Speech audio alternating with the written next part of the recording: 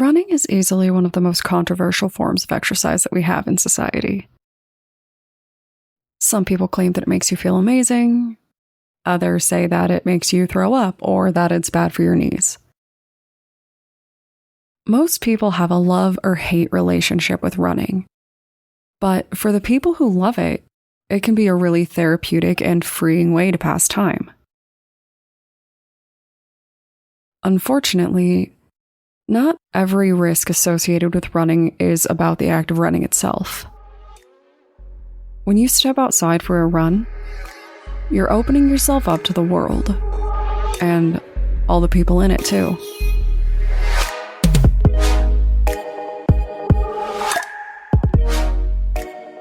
My name is Brienne, and I'm the host and creator of Among the Dirt and Trees, a show where we explore true crime cases that occur out in nature. In today's episode, we're going to discuss the 2002 disappearance of Rachel Cooke, a 19-year-old woman who went missing while out on her morning run. She was never found.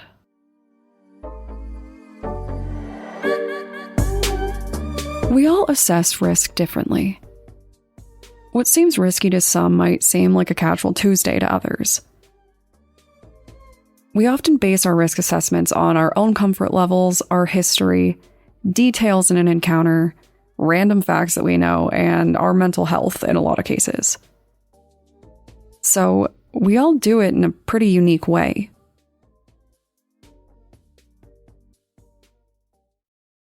When Rachel Cooke first told her parents that she wanted to move from Georgetown, Texas to San Diego, they were worried.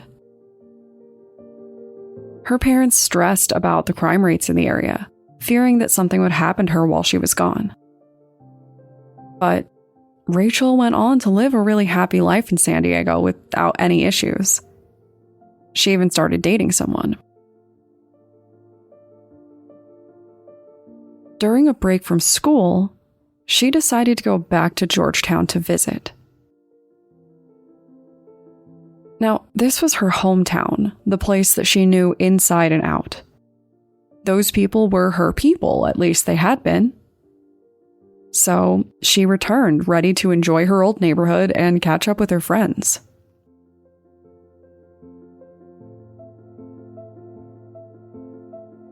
Some things never change, and if there was one thing that Rachel was, it was a runner.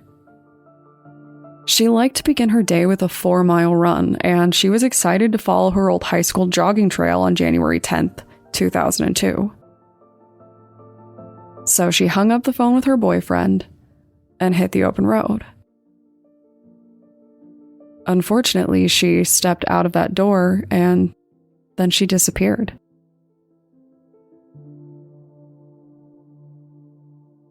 Rachel was supposed to meet up with her family to go shopping later, but when they got home, she was nowhere to be found. She had left for her run hours ago, and they were surprised to find that her purse and her personal belongings were still at home. It very clearly seemed like she had never returned home after her run. Feeling a little nervous and confused, her parents decided to call her local friend to see if she was there. She wasn't, and her friend said that they had plans, but she hadn't heard from her. Naturally, her parents started to worry. Rachel worked at a local bar every once in a while when she was in town, so they decided to call and ask if she'd showed up for work.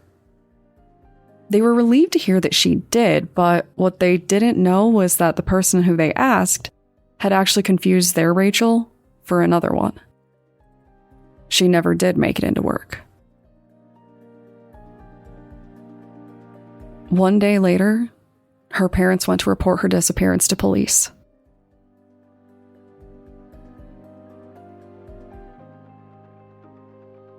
Straight out of the gate, Rachel's family was pretty unhappy with how the investigation was being handled.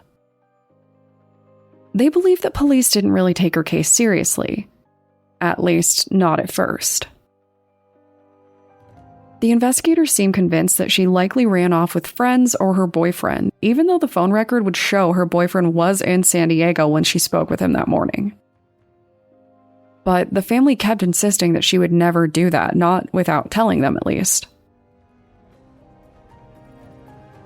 While police casually investigated her disappearance, the likelihood of finding Rachel alive really started to diminish. Then, they found some clues. As far as we know, Rachel's neighbors were the last people to see her, and what they had to share was fairly disturbing.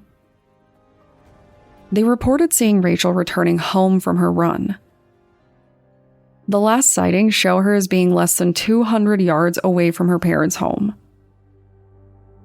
That means that basically between her being right up the street and her making it home, something must have happened to her. And that is the main theory. Police believe that someone snatched Rachel up, basically right in front of her house. The only question is, who? Some attention in the investigation fell on a car with teen boys that was seen looping through the neighborhood. It does sound pretty suspicious, but police were able to find the drivers and ultimately learned that they were just ditching school. They looked at the car, and there was some inconclusive evidence, but it was decided that these kids were in the clear, so they let them go. A new investigation into her ex-boyfriend began. At least, an investigation being conducted by her family. Rachel had dated a man in Georgetown, and her family described the relationship with him as volatile. During her time back in Georgetown, she told her sister that she saw her ex, and that he made a big, loud, uncomfortable scene in a public restaurant. This happened 2 days before she disappeared. And it wasn't the first scene he caused either. After Rachel had previously broken up with him, he had shown up to her parents' house in the middle of the night drunk and demanding to see her. Basically until he was chased off.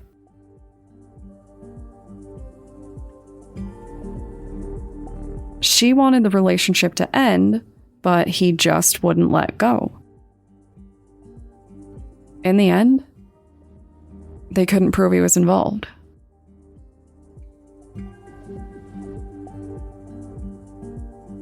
When someone goes missing, it's normal to look at the people around them, right? We all know that.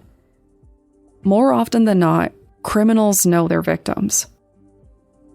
So, police had people who were close to her take polygraphs, including Rachel's father. He flagged for a very obvious reason. When they asked him if he knew where Rachel was, he told them no. And the system flagged it as a lie. But before you start to worry about Rachel's father, just know that the explanation behind the lie was pretty devastating. He said that he strongly felt that he knew where Rachel was. In heaven.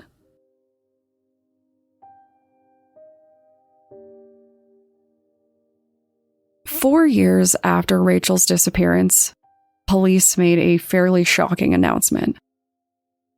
A known murderer who was already sitting in prison confessed to killing Rachel.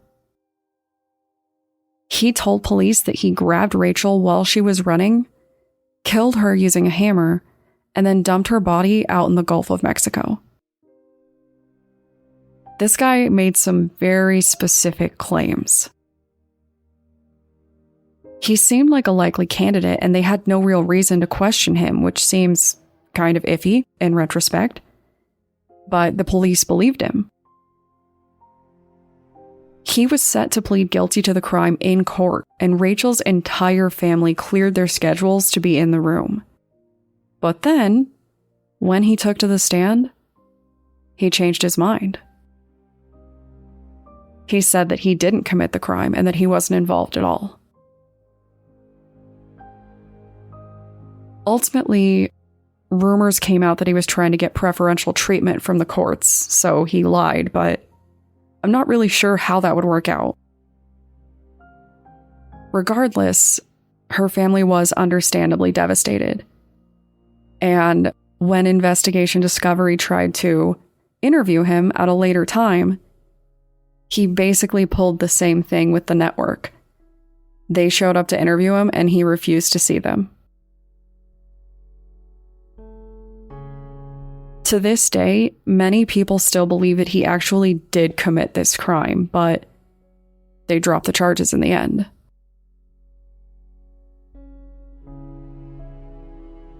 Obviously, everyone was desperate to find Rachel. Searches were conducted. Police even explored a nearby lake in the off chance that someone dumped her body there. But there was no sign of Rachel anywhere. The investigation was basically put on pause until 2021, when police made another big announcement. This time, they said they were looking for a person of interest who they believed likely had information about what happened to Rachel. The individual knew Rachel personally and was known to work around horses, but that's all we know. Hopefully, somewhere down the line, we'll find out more. For now, her family's still waiting for answers.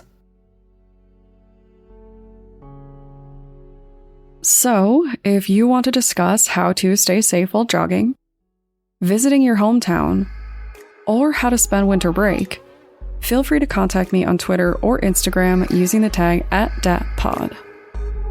Thanks, guys.